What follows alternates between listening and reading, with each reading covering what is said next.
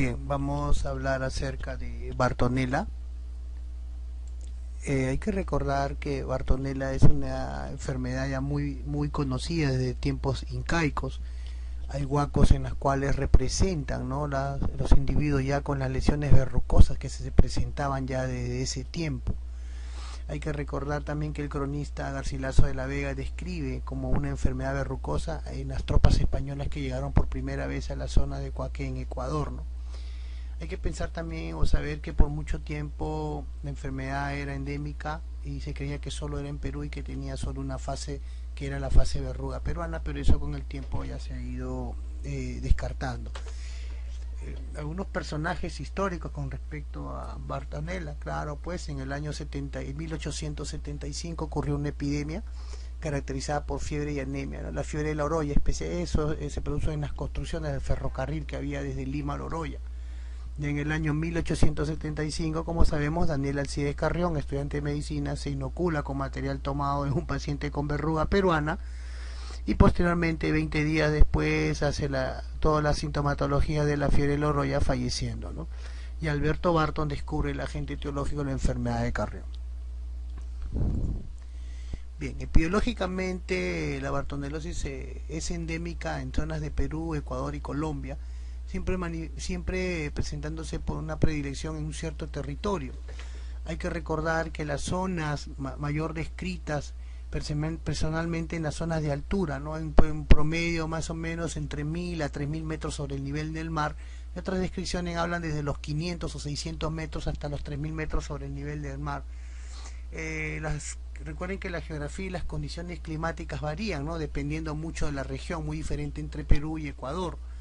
La emergencia o reemergencia de muchas enfermedades infecciosas, incluyendo también justo Bartonella, coinciden mucho con los fenómenos del Niño. Hay que ver que en nuestra zona, uno de los principales lugares donde se describen la mayor cantidad de casos es la zona de Ancash, ¿no? Posteriormente también descrito mucho en la zona de Cusco, en Amazonas, en Cajamarca, en Huánuco y en la zona de Lima, ¿no?, prácticamente en la sierra de Lima, donde tenemos algunos reportes sobre Bartonella. Hay que recordar que el vector encargado de esto es la leucemia, y vamos a ver que este vector varía en algunas zonas dependiendo de la zona, ¿no? Por ejemplo, en la zona de Ancash, la clásica leucemia verrucarum, leucemia peruensis, son las que mayormente se describen. En Amazonas tenemos la leucemia robusta, en Cajamarca también la leucemia robusta, en Cusco la leucemia peruensis, en Huancavelica leucemia verrucarum, en Piura leucemia verrucarum y en Lima también, en nuestra sierra, transmitida por la leucemia verrucarum, pero también por la leucemia peruensis. El clásico vector conocido de Bartonella es la leucemia verrucarum. Bien, hay 21 tipos de Bartonellas, 8 son patógenos para el ser humano. Bueno, recordemos algunas importantes. La Bartonella basiliforme para la enfermedad de Carrión, la Quintana, descrita como fiebre de las trincheras, la Cancelae, muy descrita en la enfermedad de arañazo de gato. Recuerden bien que estos producto de una fisura o contacto con la piel se forma una lesión papular, eritematosa, con cadena ganglionar regional o epitroclear, ¿no?, que esto con el tiempo puede revertir por sí sola. El Bartonella lecitabetae, la Grahami, Pinzoni, etc. Muy bien. Bartonella es un bacilo gram negativo, pleomórfico, intracelular aerobio. Es intracelular de las células endoteliales y de los glóbulos rojos. Estas se tiñen muy bien con el color rojo con yensa y pueden ser cultivadas en muestras de sangre y también pueden ser aisladas en biopsias. Y ahora sí, hablando en cuanto al cuadro clínico, desde la infección subclínica hasta una enfermedad aguda fulminante con hemólisis severa o desarrollo insidioso de tumores vasculares de piel. Se describe mucho las dos fases bien definidas de la enfermedad, ¿no? La primera fase hemática o fiebre de la Oroya y la segunda fase crónica o eruptiva, ¿no?, de la zona de lo conocido como la verruga peruana. Otras descripciones, como es la fase hemática, la fase intercalar y la fase verrucosa, ¿no? Son las formas en las cuales pueden ser descritas, pero vamos a empezar con lo que es la fase anémica, que es la forma más grave, ¿no? Tiene un periodo de incubación hasta 61 días, un promedio entre 10 y 210 días. Tiene síntomas prodrómicos inespecíficos, ¿no?, de inicio gradual, Hay sensación febril, malestar general, paciente cursa con escalofríos leves, mialgias, artralgias, cefalea, náuseas o vómitos. Los signos en fase anémica hemos descrito uno de los más principales: palidez, ictericia, linfadenomegalias, hepatomegalia, esplenomegalia. Los síntomas como enazarca, edema pulmonar, los sangrados pericárdicos, miocarditis, delirio y coma son manifestaciones netamente de severidad y de gravedad de esta fase.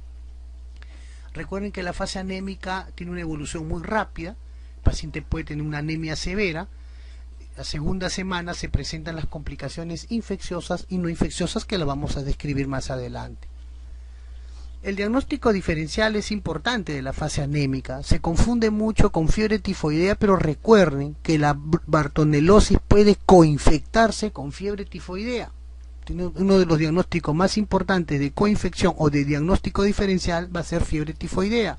También con tifos murinos se puede, el diagnóstico diferencial, leptospirosis, malaria, brucela, hepatitis viral, mucho más alejado de algunas enfermedades hematológicas propiamente, como las anemias hemolíticas, las anemias aplásicas y las leucemias. Bien, existen criterios de alarma, efectivamente: la fiebre alta o persistente, la taquimia, los pulso débil, hipotensión y el estado de conciencia, entre los más importantes, ¿no? Puede también estar oliguria, hipotermia, problemas de anemia severa y el deterioro clínico aún recibiendo tratamiento. Factores asociados a mortalidad, efectivamente: coma, el paciente en anasarca, la púrpura y la hipotermia relacionados a mortalidad. Bien, hablemos un poco entonces en esta fase anémica o fase aguda, lo que respecta a las complicaciones no infecciosas, que se dan en un promedio de 32.3%. Recordemos que los trastornos neurológicos son uno de los más frecuentes: la insuficiencia cardíaca congestiva, los derrames pericárdicos, con una letalidad hasta de 9%. Dentro de las complicaciones respiratorias, los cuadros bronquiales asociados, las neumonías, las insuficiencias respiratorias, los síndromes de estrés, neumonías intersticiales. Recordemos que en las complicaciones cardiovasculares, las más importantes, los pacientes presentan con disnea de esfuerzo, tos, palpitaciones, soplo, que pueden estar asociados a la falla cardíaca producto de la gran anemia que pueden presentar. Los derrames pericárdicos bien descritos, hipotensión ortostática, hipotensión severa con crépitos pulmonares producto de la falla cardíaca, edemas, reflujos hepatoyugulares, cardiomegalia, derrame pleural, edema pulmonar dentro de las complicaciones. Bien, dentro de las complicaciones hematológicas se reportan la palidez marcada, la anemia severa, las púrpuras y las plaquetopenias menores a 10.000, ¿no? También te pueden presentar cuadros de anemia hemolítica con test de Kunz negativo. Dentro de las complicaciones gastrointestinales, dolor abdominal, coluria, vómitos y diarreas, entre las principales manifestaciones clínicas, y también como la ictericia, por la anemia hemolítica con hiperbilirrubinemia a predominio indirecto. Bien, según Maguiña, en los casos que él ha podido reportar, dentro de las complicaciones neurológicas, la somnolencia, el Babinski, la presencia de Babinski bilateral, las convulsiones y coma son las manifestaciones neurológicas que indican severidad y las que se presentan por lo general en el punto de vista neurológico en esta enfermedad de Carrión. Según las complicaciones infecciosas, ya no hablemos de las no infecciosas, sino las infecciosas. Y dentro de estas, bueno, según Maguiña se reporta hasta un 36%, con una letalidad de 16%, y dentro de las causas bacterianas vamos a tener la salmonela, como hablamos, como coinfección, tenemos Shigella, tenemos enterobacterias, estafilococos, Klebsiella, asociado también a tuberculosis, a leptospira, sepsis, producto de sepsis por cualquiera de estos gérmenes, o las bronconeumonías e infecciones urinarias. Las complicaciones virales asociadas a herpes y hepatitis post-transfusión por lo general, parasitarias con toxoplasmosis, neumocistosis y por malaria, ¿no? Especialmente en las zonas de Cajamarca y Ancash, que tienen epidemiología para ambas enfermedades, o micosis profunda con histoplasmosis diseminada. Bien, recuerden que si la paciente es una mujer embarazada, puede presentar también una serie de complicaciones, entre ellas el aborto, el óbito fetal, ¿no? Los partos prematuros. La muerte materna muerte materna, y también se postula la transmisión transplacentaria hacia el recién nacido, ¿no? Con una letalidad hasta del 25%. En el periodo intercalar, que algunos lo describen de unas 3 semanas, no hay síntomas, no hay fiebre, pero da paso a la fase eruptiva. Y esta tiene una baja letalidad. En reportes se ha visto muchos casos en la zona de Callejón de Huaylas y también descritos en el Ecuador.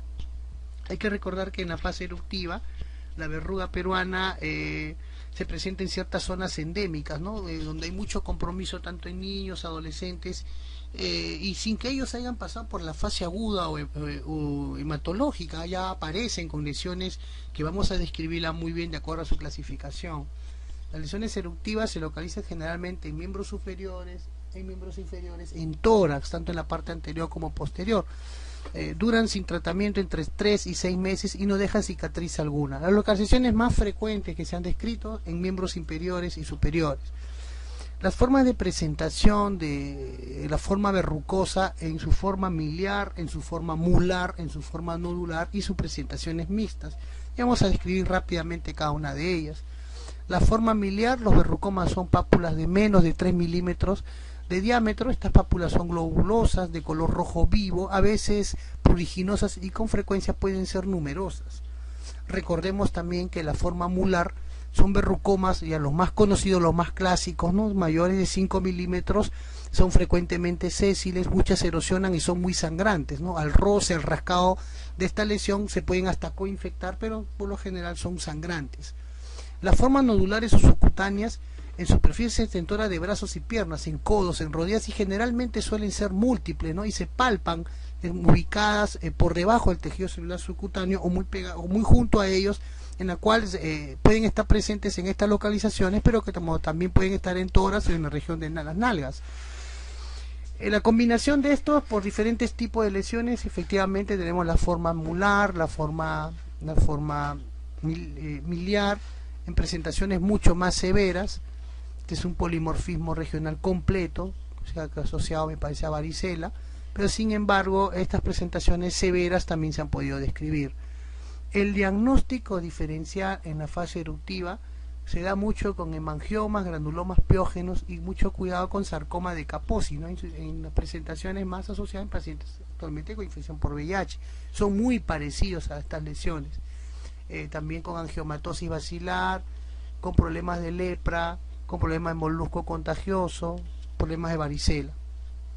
En cuanto al diagnóstico, de acuerdo a las fases, se va a ver que podemos tener en la fase aguda el frotis periférico como parte del diagnóstico, tanto en fase aguda, que es la mejor, tiene mayor rentabilidad que en la fase eruptiva. El hemocultivo tanto en la fase aguda como en la fase eruptiva, y el cultivo o biopsias de la fase eruptiva, ¿no? Especialmente de las lesiones verrucosas. Estas 3 formas son las más prácticas para poder hacer el diagnóstico de bartonelosis. También tenemos los métodos de laboratorio, Western blot, PCR, IFI, ¿no? Que se puede, por lo general, se puede apreciar mucho mejor en las fases eruptivas. El tratamiento en cuanto al manejo para Bartonella, para terapias de primera línea, con ciprofloxacina, ceftriaxona, en adolescentes y adultos también ciprofloxacina y ceftriaxona como primera opción. Como segunda línea, en pacientes gestantes también ceftriaxona, cloranfenicol, y medicaciones de segunda línea, tanto para niños y adolescentes, ciprofloxacino y ceftazidima, o ciprofloxacina con aminoglucósido, en este caso amicacina. Bien, el manejo del bartonelosis en fase crónica eruptiva. Recuerden que tanto para niños, adolescentes y gestantes, la droga de primera elección es acitromicina, y los de segunda línea para niños, rifampicina, eritromicina o cipro, y adolescentes, rifampicina, eritromicina o ciprofloxacina igual. Muy bien, eso es todo con respecto a Bartonella.